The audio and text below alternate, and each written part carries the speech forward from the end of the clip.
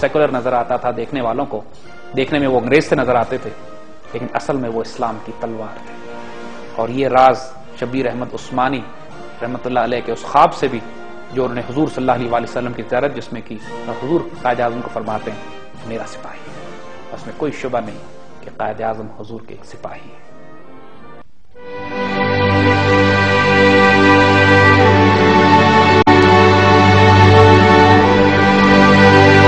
عام طور پر ہمیں یہ بتایا جاتا ہے کہ قائد اعظم صرف ہندوستان کے مسلمانوں کے لیڈر ہیں اور ہندوستان کے مسلمانوں کے ہی ایشوز پر آپ نے کام کیا اور ہم کو ایک پاکستان بنا کے دیا. خواتین حضرات، قائد اعظم کے بارے میں یہ بھی بہت بڑی غلط فہمی ہے. آپ امت مسلمہ کے ایک لیڈر ہیں، آپ ایک پین اسلامسٹ ہیں. آپ نے پوری امت کے ہر مسئلے پر اتنے دلیرانہ اور غیرت مندانہ سٹیپس لیے ہیں کہ انسان کی عقل دنگ رہ جاتی ہے، خاص طور پر اس وقت بھی کہ جب پاکستان بنا ہی نہیں تھا، پاکستان ریزولوشن بھی پاس نہیں ہوئی تھی. یعنی 1938 میں جب مسلم لیگ کا اجلاس ہو رہا ہے، اس وقت تو ہندوستان کے مسلمانوں کی اپنی تقدیر کا نہیں پتا کہ مسلمانوں کے ساتھ کیا ہونے والا ہے. اس وقت فلسطین کا مسئلہ بھی کھڑا ہوا تھا اور نظر آ رہا تھا مسلمانوں کو کہ بیلفور ڈکلیریشن کے بعد انگریز یہودیوں کے ساتھ سازش کر کے ایک مسلمانوں کے قلب میں ایک اسرائیل کی ناجائز ریاست قائم کرنا چاہتا ہے. اور انگریزوں کو اس وقت جب انگریز سامراج قائم ہے، دنیا یہ کہہ رہی ہے کہ انگریز کے ساتھ محتاط رویہ اختیار کرو، کمپرومائز کر لو. اس موقع پر قائد اعظم کے ذرا الفاظ ملاحظہ کیجئے. 1938 کے ایک اجلاس میں مسلم لیگ کے فرماتے ہیں amongst the immediate issues we have to grapple with which may come up before the subject committee is the question of Palestine. جو ہمیں immediate مسائل جن کا ہم نے حل کرنا ہے مسئلہ، اس پہ ایک بہت بڑا مسئلہ کشمیر کا بھی، فلسطین کا بھی ہے. I know how deeply Muslims feelings have been stirred over the issue of Palestine. مجھے معلوم ہے کہ مسلمانوں کے جذبات کس طرح بھڑک اٹھے ہیں فلسطین کے مسئلے پہ. I know Muslims will not shirk from any sacrifice if required to help the Arabs who are engaged in the fight for their national freedom. ہمیں یہ بات اچھی طرح معلوم ہے کہ مسلمان کسی قسم کی قربانی سے دریغ نہیں کریں گے کہ اگر ان کو عرب مسلمانوں کے لیے مدد کرنی پڑے کہ جس کو اپنے عرب مسلمان اپنی آزادی کے لیے جدوجہد کر رہے ہیں. You know that Arabs have been treated shamelessly. آپ ہم کو یہ معلوم ہے کہ عربوں کے ساتھ انتہائی بے حیائی اور بے شرمی کے ساتھ انگریزوں نے معاملات سودا کر دیا. یعنی یہ بات سوچئے کہ 1938 کے اجلاس میں جب پاکستان ریزولوشن بھی پاس نہیں ہوئی ہے، پوری مسلمانوں کو یکجا کر کے فلسطین کے مسئلے پہ قائد اعظم بات کر رہے ہیں اور مسلمانوں کو متحد کیا جا رہا ہے. اور صرف یہ نہیں کہ مسلمانوں سے بات کر رہے ہیں، آئندہ ہم آپ کو بتاتے ہیں کہ انہوں نے انگریزوں اور امریکن سے کس طرح بات کی اس موضوع پہ اس وقت جب پاکستان بنا ہی نہیں ہے، اور مسلم ایشوز کو کس طرح آپ ہینڈل کر رہے ہیں. اسی طرح 1940 کے اجلاس میں جس میں پاکستان کی ڈیمانڈ دی جا رہی ہے، جس میں یہ کہا جا رہا ہے کہ ہم نے پاکستان بنانا ہے، جس کو ہم قرارداد پاکستان کہہ رہے ہیں، اسی اجلاس میں انگریزوں کو دھمکی بھی دی جا رہی ہے قائد اعظم کی طرف سے. انگریزوں کے لیے سخت لہجہ اختیار کیا گیا ہے فلسطین کے معاملے میں. قائد اعظم فرماتے ہیں In the course of his presidential address at the historic Lahore session of the League in March 1940, Qaid Azam said that the Muslims wanted that the British government should in fact and actually meet the demands of the Arabs in Palestine. مسلمان دنیا یہ چاہتی ہے کہ انگریز حکومت مسلمانوں میں فلسطین میں جو مسلمانوں کے ڈیمانڈز ہیں ان کو پورا کرے. انہوں نے اور بھی سخت الفاظ میں انگریز حکومت سے اس حوالے سے بات کی. Addressing the Muslim Students Union in 1944, Qaid Azam warned. Quaid Azam نے یہاں پر بڑے ہی سخت الفاظ 1944 میں استعمال کی. دیکھیے ابھی آپ آزاد نہیں ہوئے ہیں، پاکستان کے آپ گورنر جنرل نہیں بنے، 1944 کی بات ہے. اس وقت آپ فرما رہے ہیں if President Roosevelt under the pressure of the powerful world Jewry. Imagine کیجئے یہاں قائد اعظم براہ راست یہودیوں سے چیلنج لے رہے ہیں، دھمکی دے رہے ہیں کہ اگر پریزیڈنٹ روزویلٹ امریکہ کا جو صدر ہے اس نے دنیا کی طاقتور یہودی زائنسٹ آرگنائزیشنز کے کہنے پر فلسطین میں فساد کھڑا کیا تو پھر کیا ہوگا، ذرا سنیے غور سے. If President Roosevelt under the pressure of the powerful world Jewry commits the blunder of forcing the British government to do injustice to the Arabs in Palestine, this would set the whole Muslim world ablaze from one end to another. He hoped that US will revise its attitude towards Palestine. انہوں نے کہا اگر یہ حماقت کر بیٹھا Roosevelt انگریزوں کے کہنے پر اور پاورفل یہودی آرگنائزیشن سے کہنے پر تو پوری مسلمان دنیا میں آگ لگ جائے گی، ایک کونے سے دوسرے کونے تک ہم اٹھ کھڑے ہوں گے. اور ہمیں امید ہے کہ امریکن ذرا ہوش سے کام لیں گے اور فلسطین کے مسئلے پہ وہ حماقت نہیں کریں گے. امیجن کیجئے یہ قائد اعظم فرما رہے ہیں فلسطین کے مسئلے پر. آج تک ہماری تاریخ میں نہیں بتایا گیا کہ فلسطین اس وقت پوری دنیا میں مسلمانوں کی آواز صرف قائد اعظم تھے.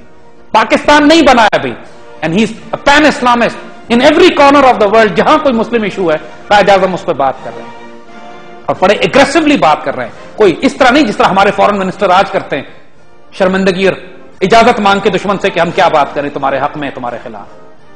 قائد اعظم اس وقت جب کچھ نہیں ہے مسلمانوں کے ہاتھ میں, he has emerged as one of the greatest leaders of the 20th century. ماشاءاللہ وہی بات, ٹیپو سلطان کے بعد مسلمانوں نے اتنا عظیم لیڈر نہیں دیکھا.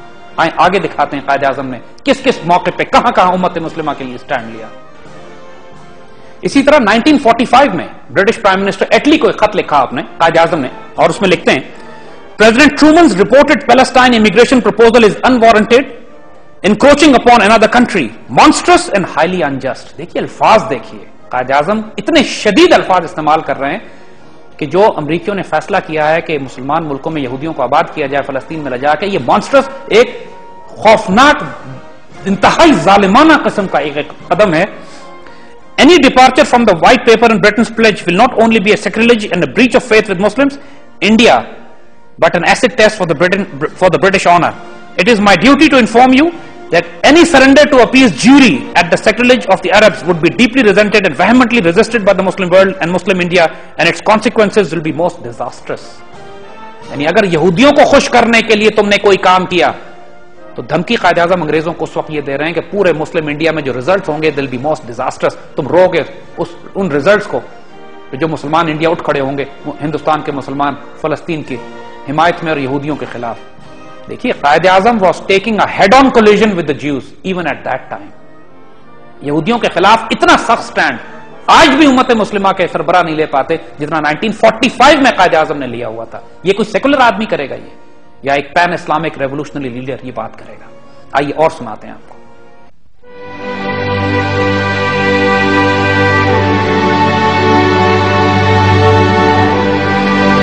اسی طرح جب دوسری جنگ عظیم میں روسیوں نے اور انگریزوں نے ایران پر قبضہ کر لیا تو قائد اعظم نے شدید رد عمل کا اظہار کیا اور اس کو انپرووکڈ ایگریشن کا, ایسا ظلم کیا تم لوگوں نے جس کی کوئی مثال نہیں ہے. نہیں شدید الفاظ میں قائد اعظم نے تنقید کی اس کے اوپر.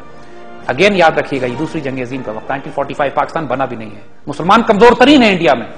اس کے باوجود کانفیڈنس دیکھیے اس شیر اور دلیر کا, اس غیرت مند مجاہد کا, کہ اس وقت پوری دنیا میں جو ایشو ہے چاہے فلسطین کا ہو چاہے ایران پہ قبضہ کیا جائے, اور دیکھیں اس کے بعد آپ کو بتاتے ہیں پاکستان بننے کے بعد قائد اعظم نے کتنے دلیرانہ سٹیپس لیے. فلسطین کے حوالے سے تو خاص طور پہ ہمیں محسوس ہوتا ہے کہ وہ قائد اعظم کے دل کے بہت قریب تھا, کیونکہ مسلسل he was speaking against the Jews, یہودیوں اور زائنسٹ کے خلاف تو وہ شدید بات کر رہے تھے. باقاعدہ انہوں نے اسرائیل کی ریاست کو کہا کہ the dagger in the heart of the Muslims, یعنی مسلمانوں کے دل میں خنجر ہے. ایک جگہ پہ فرماتے ہیں I still hope that the partition plan will be rejected, otherwise there is bound to be the gravest disaster and unprecedented conflict. The entire Muslim world will revolt against such a decision.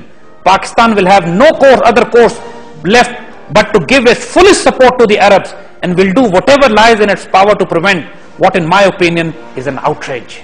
Pakistan بننے کے بعد جب اسرائیل کا قیام آ رہا تھا تو قائد اعظم نے اتنے شدید الفاظ میں اس پہ تنقید کی, اور دیکھیے یہی وجہ تھی کہ ڈیوڈ بن گورین جو فاؤنڈنگ فادر تھا اسرائیل کا, اس نے پہلا کام نصیحت جو اپنی نسل کو قوم کو کی وہ یہ کہ تم پاکستان سے ہمیشہ دشمنی رکھنا اور ہر حال میں پاکستان کو ختم کر دینا, کیونکہ ہمیں عربوں سے خطرہ نہیں ہے, اب پاکستان سے خطرہ ہے.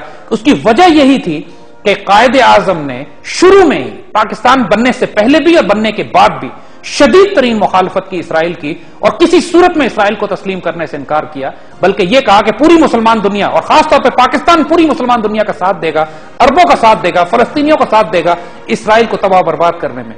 یہ تھریٹ قائد اعظم دے چکے ہیں, یہ تھریٹ ہمارے فاؤنڈنگ فادرز نے دیا ہے, ہمارے ان بزرگوں لیڈرز نے دیا ہے جو مسلمان دنیا کی فورن پالیسی اس وقت مرتب کر رہے ہیں, جو اعلیٰ ترین عظیم ترین اسلامی ریاست کے طور پر جو پاکستان کو دیکھنا چاہتے ہیں. یہی مدینے کی ریاست ہے. آج اس خیبر کا نام اسرائیل ہے, مدینہ ثانی پاکستان, اور اس کی بنیادوں میں قائد اعظم نے یہ بات, اس کے ڈی این اے میں, اس کے خون میں یہ بات ڈال دی تھی قائد اعظم نے کہ پاکستان کبھی اسرائیل کو تسلیم نہیں کرے گا. اب brilliant, honourable, dignified pan Islamic leader Quaid Azam. آئیے کچھ اور مثالیں دیتے ہیں. صرف مسئلہ فلسطین نہیں, پاکستان بننے کے بعد ہالینڈ نے انڈونیشیا پہ حملہ کر دیا.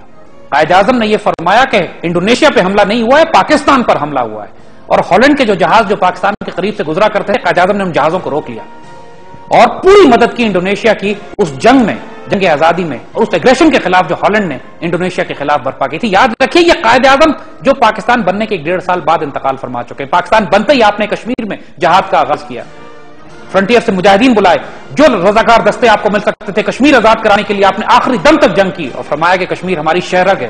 جب لوگ اس وقت پاکستان کا حال یہ تھا کہ تنخواہیں دینے کے پیسے نہیں